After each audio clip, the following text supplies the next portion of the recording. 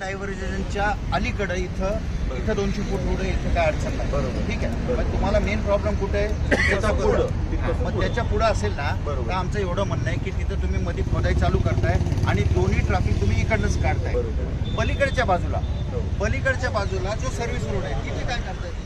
ते जे पत्रे लागलेत ना त्या पत्र्यापासून तुमचा जो फुटपाथ आहे त्या फुटपाथ वाहतूक वळवत असताना या टँक रोडवर जवळपास 250 हॉकर्स इथे रोज अस्तित्वामध्ये आहे किंवा बसतात. त्यांना शिफ्ट करणं गरजेचं होतं, परंतु काय होतं की एवढ्या मोठ्या प्रमाणात असलेल्या हॉकर्सना शिफ्ट करणं अडचणीचं होत असल्यामुळे स्वतः देंडे साहेबांनी मध्यस्थी करून आता एक मार्ग काढलेला आहे की जेणेकरून वाहतुकीला जेवढी जागा लागते तेवढी मिनिमम घेऊन हॉकर्सला कसं पुनर्वसन याच रस्त्यावर करता येईल का याची आपण आता सध्या म्हणजे फिजिबिलिटी तपासतोय. जगण्याच्या अधिकारामध्ये जवळजवळ 193 म्हणजे 300 पथारी व्यावसायिक या ठिकाणी आपल्या पूर्ण कुटुंबाचा उदरनिर्वाह त्यांच्या ह्या व्यवसायावरती पथारी व्यावसायिक या ठिकाणी बसू शकतील त्यांना अकोमोडेट करायचा प्रयत्न आम्ही सगळेजण करणार आहोत, सर्व पथारी व्यावसायिक देखील. त्यामुळं त्यांचा जगण्याचा अधिकार हा अबाधित राहील. Like, share, comment and subscribe the सम्यक क्रांती चॅनल. अलीकडे इथं 200 फूट पुढे इथं काय अडचण नाही. बरोबर, ठीक आहे. पण तुम्हाला मेन प्रॉब्लेम कुठे आहे? त्याच्या पुढं. मग त्याच्या पुढं असेल ना तर आमचं एवढं म्हणणं आहे की तिथं तुम्ही मध्ये खोदाई चालू करताय आणि दोन्ही ट्रॅफिक तुम्ही इकडनंच काढताय. पलीकडच्या बाजूला जो सर्व्हिस रोड आहे तिथे काय करताय तुम्ही?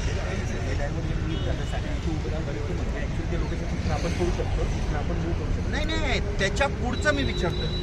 जिथं डायव्हर्जन करणार त्याच्या पुढं चौकापर्यंत हा, मग मी तेच सांगतोय. तुमच्या लक्षात येत नाही का आपलं? मी सांगतो तुम्हाला, तुम्ही जिथं आता हे बघा हे दोन्ही बाजूनी येत आहेत, इथून डायव्हर्ट होत आहेत, हे तर तसंच राहणार आहे.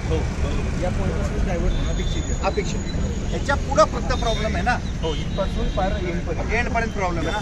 तर इथून जे पुढं आहेत ना तर आमचं काय म्हणणं आहे, तुम्ही मिनिमम ट्रॅव्हल करता स्पेस किती ठेवलेला आहे येण्याला? आणि इकडच्या बाजूला 2 लेन इकडं 7 आणि इकडं 7, 14 मीटर आपल्याला मिळतंय किती तिथं? तिथं 1 लेन एक्स्ट्रा मिळते इकडे आपल्याला 3 लेन मिळत आहे, त्यातल्या 2 लेन येणाऱ्यासाठीच राहणार आहेत आणि 1 लेन जी आहे ज्यांना दगडीला वळायचं आहे तर त्यांच्यासाठी आपल्याला 1 लेन म्हणजे जाणाऱ्यासाठी 1 लेन आपण ॲक्शन राहणार. ऐका ना, मला फक्त एवढंच विचारायचं आहे, ते जे पत्रे लागलेत ना त्या पत्र्यापासून तुमचा जो फुटपाथ आहे त्या फुटपाथपर्यंत किती मला सांगा त्या ठिकाणी त्या ठिकाणी 5 मीटर भेटतं बॅरिकेड पासून आम्हाला. आता आम्ही जो आत वॉल आहे ते डेव्हलपच करतोय आणि तोही रोड चालू करणार आहे ना. मग आम्ही तेच म्हणते, म्हणजे पलीकडचं चालू करणारच आहे ना तुम्ही? हा, मग आम्ही तेच म्हणतो पलीकडचा रोड तर आहेच ना. मग तो रोड जो आहे तो थ्रू होईलच ना मग. हो, परंतु तो रोड कोणता एअरपोर्ट रोडून जो माणूस येतोय त्याला पुणे साईडला जायचंय तो तिथून निघणार किंवा हेवी व्हेहिकल निघू शकणार नाही. धानोरीवाला पण जाऊ शकेल. निघेल पण हेवी व्हेहिकल मोटरनिंग पॉईंट शिव आपण काय करतो माहिती आहे का, एअरपोर्टकडचा अंडरपास पण समोर घेतो, पण इकडचाही समोर येणार. एअरपोर्टकडचा अंडरपास जो आहे ना सर तो पण आपल्या समोर खोदत न्यायचा आहे. त्याबद्दल चौकापर्यंत आपल्या दोन्हीकडचे अंडरपास, त्यामुळे त्या लोकांना वळायला असं एकदम इझी नाही राहणार सर. ठीक आहे. आता मी तुमच्या म्हणण्याप्रमाणे सांगतोय की तुम्हाला हा पूर्ण जो बॅरिकेड आहे बॅरिकेड पासून फुटपाथपर्यंत तुम्हाला किती मीटर मिळते म्हणले? 3 लेन मिळते. 3 लेन 10.5 टोटल 3.5 मीटरची 1 लेन. 3.5 मीटरची 1 लेन आहे. तर तुम्ही साधारण 3 मीटर पण करू शकता ना साहेब? 3 मीटरच्या 3 लेन करू शकता ना? त्याच्यात एक मी सजेशन देऊ शकतो जे तुम्ही प्रोजेक्ट म्हणून ट्रॅफिकला सांगू शकता. हा जो रोड आहे हा इथं म्हणजे फक्त जाण्याकरता बरं का, इकडे जाण्याकरता नाही, इकडून तिकडे जाण्याकरता ओन्ली 2 व्हीलर्स ते जर ओल्ड आळंदी रोडवरनं वळवले डायरेक्ट ते फिश मार्केटला बाहेर निघतील. त्यामुळे तो जो मेन चंक आहे 2 व्हीलरचा तो सगळा निघून जाईल. त्यामुळे ह्या बाजूनी जाणारी वाहतूक ओन्ली 3 व्हीलर 4 व्हीलर एवढं ठेवलं. हां, तेच सांगतो ना. मग म्हणजे मोठे बसेस सगळ्या जेवढ्या मोठे आणि 4 व्हीलर 3 व्हीलर ते इथनं जाऊ द्या. फक्त 2 व्हीलर फक्त जरी तिथनं केलं तर तुमचा 40% ट्रॅफिक लोड कमी होईल. मॉनिटरिंग करणं अवघड आहे, म्हणजे फक्त 2 व्हीलर कशा सोडायचे? ऐका ना, असं सोडायचा हा विषय नाही. आपण जसं डेक्कनला एक पूल फक्त 2 व्हीलरवाल्यांकरता ठेवला, झेड ब्रिज ठेवला ना, लोकांना सुरुवातीला एक 8-10 दिवस सवय होईपर्यंत प्रॉब्लेम आला, पण नंतर झालं सगळं. ट्रॅफिक डायव्हर्जन होणार आहे, जाणारी ट्रॅफिक तिकडनं येणारे इकडनं येणार आहे. तर ह्या रस्त्यावरचं मार्किंग करून आपल्याला मार्किंग करून किती जागा मिळते आणि किती लोक बसू शकतात ते पहिलं होऊ द्या. ते झाल्यानंतर जर सगळे आपले इथं बसत असतील तर आपण इकडे बसूयात, म्हणजे आपल्याला ह्या रोडवर ठीक आहे. हो. बिल्डिंग पासून सगळे बसले की काय हरकत आहे आपल्याला. ठीक आहे. हो चालतं. या ठिकाणी आपण विश्रांतवाडीच्या या रस्त्याबद्दल, अंडरग्राऊंड बद्दल या ठिकाणी आलेलो आहे. या ठिकाणी महानगरपालिकेचे काही अधिकारी तसेच मान्य माजी उपमहापौर सिद्धार्थजी धेंडे सुद्धा या ठिकाणी उपस्थित आहे. आपण त्यांच्याकडनं जाणून घेऊया की या रस्त्याचं नियोजन कसं करण्यात येणार आहे. नमस्कार. इथे महानगरपालिकेमार्फत विश्रांतवाडी चौकामध्ये जो ग्रेड सेपरेटर प्रपोज केलेला होता, त्या ग्रेड सेपरेटरचे काम करण्यासाठी आपल्याला तात्पुरत्या स्वरूपात वाहतूक ही टँक रोडवरनं वळवणे आवश्यक आहे.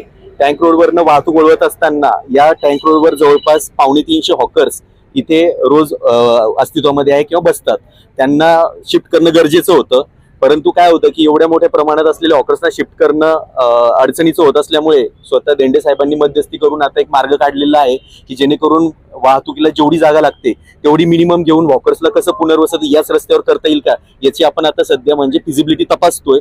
सुरुवातीला आता मार्किंग करण्याचे आपल्याला इन्स्ट्रक्शन्स आहेत. आपण मार्किंग करून चेक करू की काय किती हॉकर्सला इथे आपण अकोमोडेट करू शकतो, त्यानुसारच पुढचा निर्णय घेण्यात येईल आता या दृष्टीने. मान्य माजी उपमहापौर सिद्धार्थजी धेंडे यांच्याकडनं प्रतिक्रिया जाणून घेऊया की कशा प्रकारे या ठिकाणचं नियोजन असणार. मुळातच जगण्याच्या अधिकारामध्ये जवळजवळ 193 म्हणजे 300 पथारी व्यावसायिक या ठिकाणी आपल्या पूर्ण कुटुंबाचा उदरनिर्वाह त्यांच्या ह्या व्यवसायावरती करत आहेत. आणि या ठिकाणी माझ्याबरोबर आपले महानगरपालिकेचे पथविभाग व प्रोजेक्टचे मापारी या ठिकाणी आहेत. आपले येरोडा वॉर्ड ऑफिसचे सह अभियंता मान्य नागटिळक साहेब देखील आहे. आपले अतिक्रमण निरीक्षक तळेकर पण आहे. माजी नगरसेवक, माझे सहकारी म्हस्के देखील या ठिकाणी आहे. त्याचबरोबर पथारी व्यावसायिक संघटनेच्या आपल्या अध्यक्षा नीलम अय्यर आणि त्यांचे सर्व सहकारी हे देखील या ठिकाणी आहे. काल या ठिकाणी आम्ही आयुक्तांना नवल किशोर राम सरांना भेटलो. आम्ही आमची व्यथा मांडली की सर तुम्ही प्रोजेक्ट करा, शहराचा विकास होताना आमच्याकडनं अडथळा कुठे येणार नाही, आम्ही सर्व सहकार्य तुम्हाला करू, फक्त आमचा जगण्याचा अधिकार अबाधित ठेवून आपण विकास करा, आम्हाला विस्थापित करू नका, अशी भूमिका आम्ही आयुक्तांसमोर मांडली. आयुक्तांनी प्रोजेक्टचे प्रमुख गोजारी साहेबांना त्याप्रमाणे आदेश दिले की आपण परिस्थिती काय आहे ती जाऊन पाहून घ्या आणि त्याप्रमाणे आपण निर्णय घेऊ. आज या ठिकाणी साईट व्हिजिटला हे सर्वजण आलेले आहेत. आणि या ठिकाणी मी सांगू इच्छितो की पथारी व्यवसाय करायला कायद्याने आम्हाला 4x5 जागा मिळते, उभं राहायला आणि बसायला 1-2 फूट मिळते.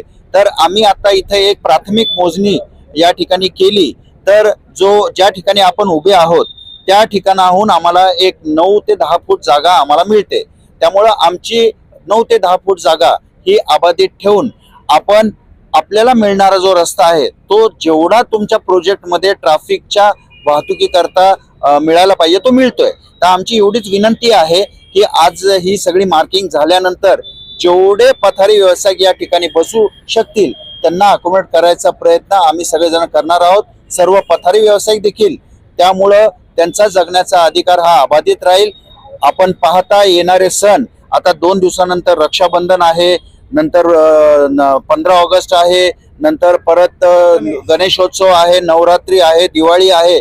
हा वर्षभरामधला हा फक्त 4 महिन्याचा सीझन असतो ज्यावेळेस पथारी व्यावसायिकांना त्याला उत्पन्नाचं साधन म्हणून या महिन्यांमध्ये पाहतो. तर तिथे कुठेही त्याचं नुकसान होऊ नये एवढी अपेक्षा आम्ही आयुक्तांकडनं करतोय.